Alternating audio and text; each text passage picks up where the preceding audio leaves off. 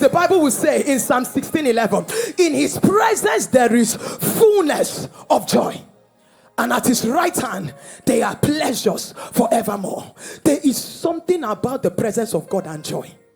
No man stays in his presence and joy will not be rubbed off on you. It's a rubbing off. Just staying in his presence, there is what do I call it? A rubbing off. That is why I am worried when people have challenges and they run away from the presence of God. They stop praying. I wonder, how do they manage to carry the weight, the burden? Because it is only his presence that he can help you do what? Carry it. And there is another set of people I have come to realize, and that is in the scripture where the Bible says, casting all your care upon him, for he careth for you. Look at your neighbor. Tell your neighbor the word there is cast. No, you don't have the right neighbor. Tell your neighbor the word there is cast. Okay, what does cast mean? To throw. What else does cast mean? To release. What else does cast mean? Abandon. Hand over. Force upon. I like that one. It's also, yes, it's part of it. Cast. Force upon. Throw.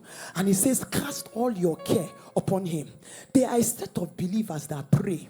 But after they have prayed, they carry their burdens and leave the presence of God. They go with it. There's another set of believers. When they pray, they do what? They cast it. They give it to God. The question is, which one are you? Because you know how you know the difference. I will tell you how you know the difference. Whether you are the one that gives it to God or you're the one. You prayed. Have you ever wondered after praying, after praying, it's as if nothing changed? It's because you are still carrying it. But the moment you learn that when I come before God, I must learn how to give it to him. Say it as it is and leave it there. And walk away like I did not.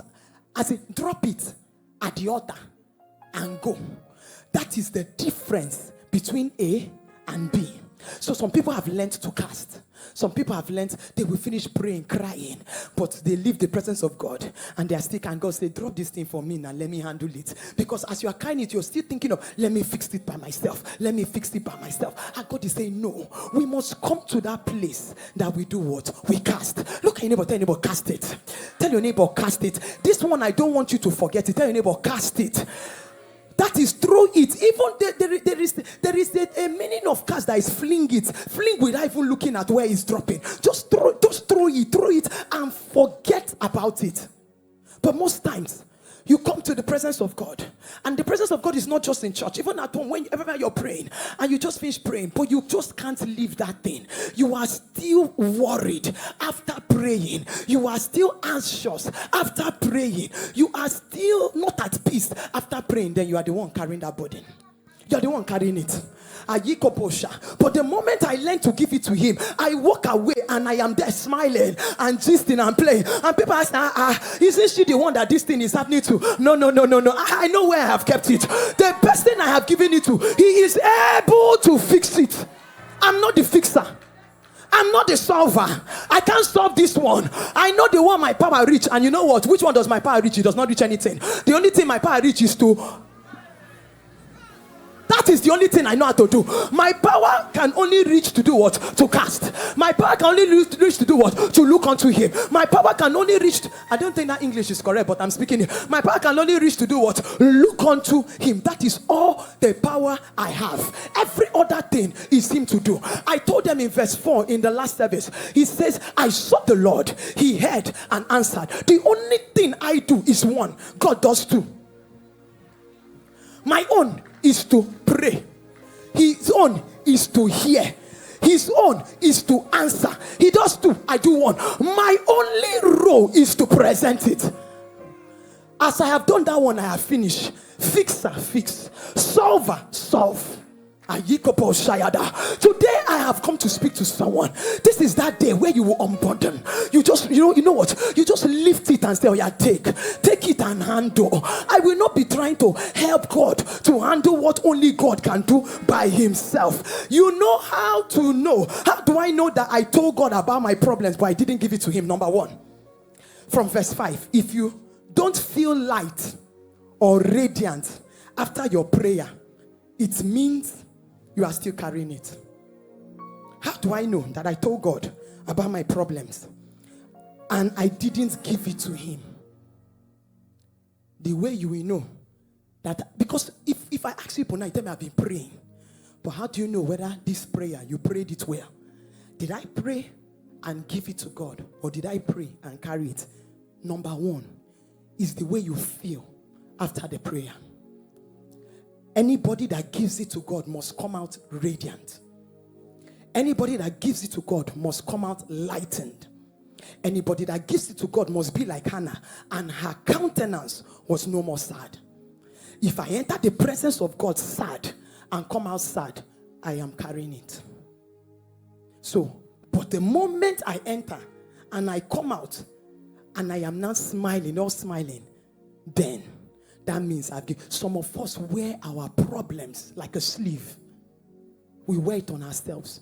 Why there are some people that even have worse problems than you, but you will never know they have any problem. What is the difference? They have learned to trust God. They have learned to give it all to Jesus. Give it all to him. The answer you are looking for that you have not gotten is because you are sharing it with him. The moment you release it to him, he will fix it. Because you need to release it so that when he fixes it, the glory will go to him. But if you are sharing it with him, if it happens, you will say it is you that did it. You will say it's that your uncle. You will say it's that helper. So he doesn't want to share this glory. But the moment you leave it for him, he will fix it so that you will be the one to tell the world, God did it. The second way to know how you will know that you are the one still carrying your problem even after you have prayed, you have not given it to God. Another way of knowing that you are still the one is after praying to God, you look for other ways of solving it outside God. You look for other ways of solving it outside God. Anything God cannot give you, you cannot get it anywhere. God is the answer. God is what? The answer. So when we say, and the Lord answered, we know what we are saying. Don't look to any place outside of God.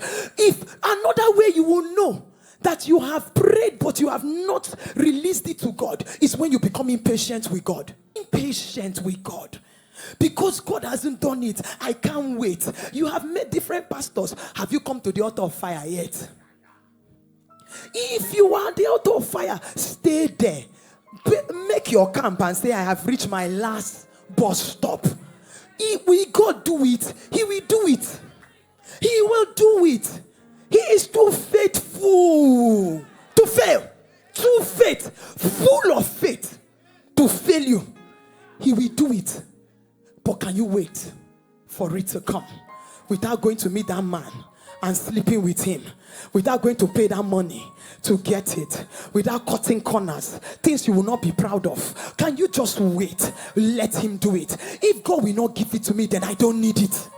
If you can come to that place in your journey, then you are okay.